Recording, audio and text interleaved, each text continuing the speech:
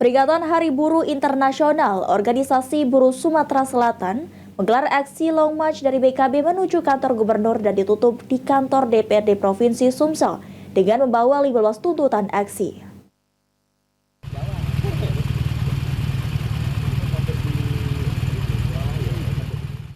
Peringati Hari Buruh Internasional, organisasi buruh yang ada di Sumatera Selatan akan melakukan Long March dengan titik kumpul di Benteng Kuto Besak, tepatnya di belakang Museum Sultan Mahmud Badarudin II Palembang. Dari pukul 9 pagi, masa aksi sudah mulai memadati halaman museum. Selanjutnya akan melakukan Long March menuju kantor Gubernur Provinsi Sumatera Selatan. Kemudian dilanjutkan menuju kantor DPRD Provinsi Sumatera Selatan. Melalui aksi ini menyuarakan setidaknya 15 tuntutan, diantaranya terkait kebijakan pemerintah yang baru dianggap merugikan bagi para buruh.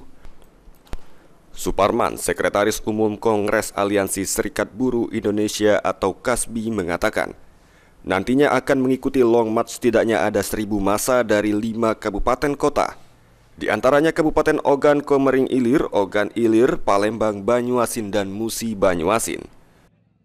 Hari ini aksi kita dari Kongres Aliansi Serikat Buruh Perkebunan kurang lebihnya ada sekitar 15 tuntutan. Di antaranya yang isu terkuat pada saat ini adalah bagaimana tentang kebijakan pemerintah yang baru ini, UU CK, yang dianggap bagi buruh itu sangat merugikan buruh. Estimasi massa kurang lebih 1.000 massa untuk hari ini dari 5 kabupaten. Suparman berharap pada Hari Buruh tahun ini, pemerintah untuk lebih aktif menyikapi kebijakan-kebijakan yang dianggap merugikan kaum buruh. Eki Saputra, PAL TV.